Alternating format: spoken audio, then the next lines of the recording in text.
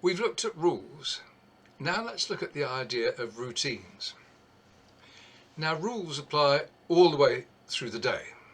We always expect young people to be on time. We always expect them to be properly equipped. The routines, however, apply in particular locations and situations. And the most important ones are the routines that you have in your room. You'll have routines describing how children should enter the room, how they should pick up and put away their books.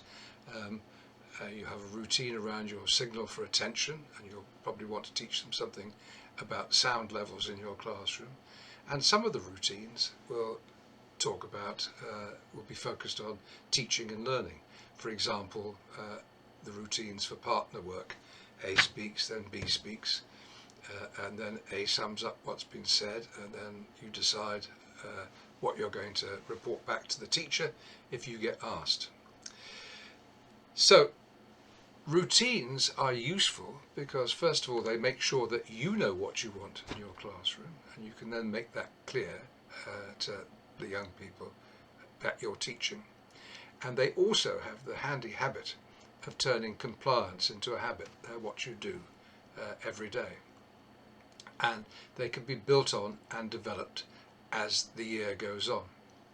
It's a useful thing to make a list of the most important routines that you expect in your classroom, and to write down for yourself the wording that you're going to use in teaching and reminding children about them. Here's a useful term, I think it comes from Bill Rogers: foundation periods.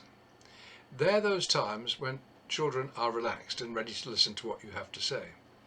You quite often have a foundation period at the beginning of half term, and you quite often have one at the beginning of a lesson. Sometimes they crop up in the middle of a lesson.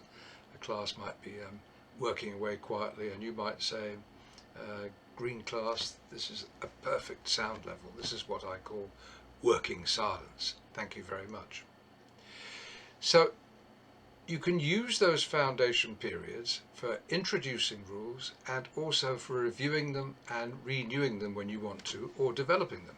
You might want to think about your routines as a kind of curriculum that you teach throughout the term and throughout the year. And there's no right way of doing this.